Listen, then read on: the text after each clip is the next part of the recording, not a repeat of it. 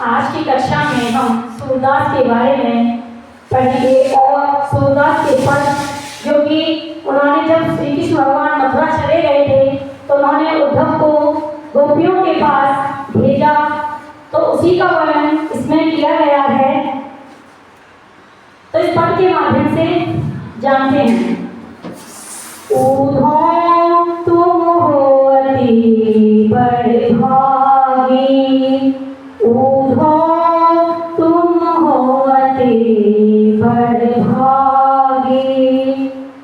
अपरस रहत स्नेह लगाते, नाहि मन अनुरागी, उद्धव तुम हो अति बड़भागी, उद्धव तुम हो अति बड़भागी, उड़ीन पात रहते जल भीतर, तार से देह लागी, उड़ीन पात रहते जल भीतर, तार से देह लागी, उद्धव तुम हो अति बड़भागी, उद्धव तुम हो अति बड़भागी, जो जलमान तेल की गागर, जो जलमान तेल की गागर, बूंद न ताको लागी, उद्धव तुम हो अति बड़भागी, उद्धव तुम हो अति बड़भागी, प्रीत नदी में पाँव न बोयो, प्रीत नदी में पाँव न बोयो, दृष्टि रूप परागी, उद्धव तुम हो अति बड़भागी, उद्धव तुम हो अति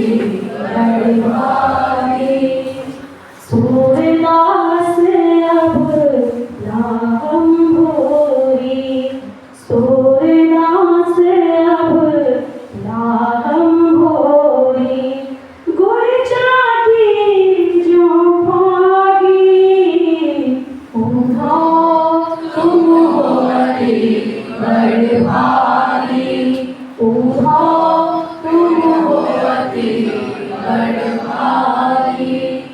जैसा कि मैंने भी आपको बताया कि उद्धव कौन थे और वो योग का संदेश लेकर गोपियों के पास आए, तो गोपियां व्यंग करती हुई क्या कहती हैं, सुनिए।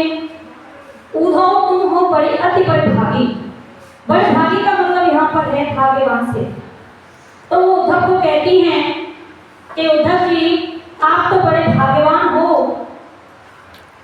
अपरस रहत स्नेह लगाते, अपरस का मतलब है यहाँ पर अछूता, यानी कि अछूता का मतलब होता है छुआ नहीं, ना ही मन अनुरागी। तो जैसे आप श्री कृष्ण भगवान के साथ रहते हुए भी उनके प्रेम को नहीं पा पाए, व्यंग करती हैं। पुरैन पात रहत जल भीतर, तारस देह न दागी। पुरैन का मतलब है कमल का पत्ता।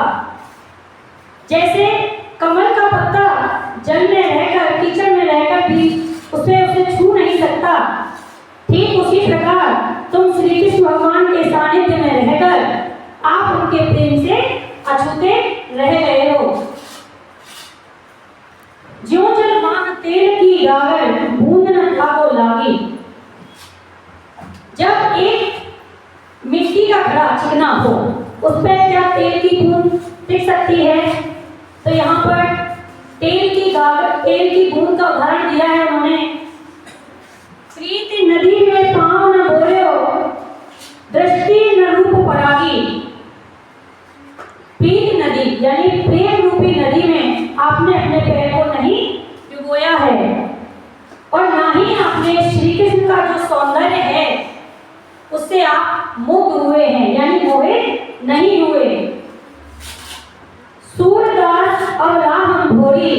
चांदी जो पावी।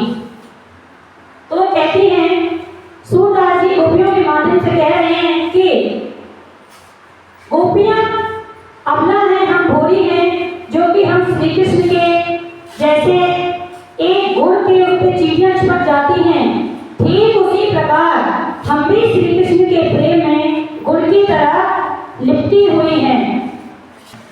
तो बच्चों, मैं आशा करती हूँ आपसे कि आप इस पद को अच्छे से समझ पाए होंगे और मुझे उम्मीद है कि आप इसे याद कर बहुत अच्छे से मुझे कल सुनाएंगे।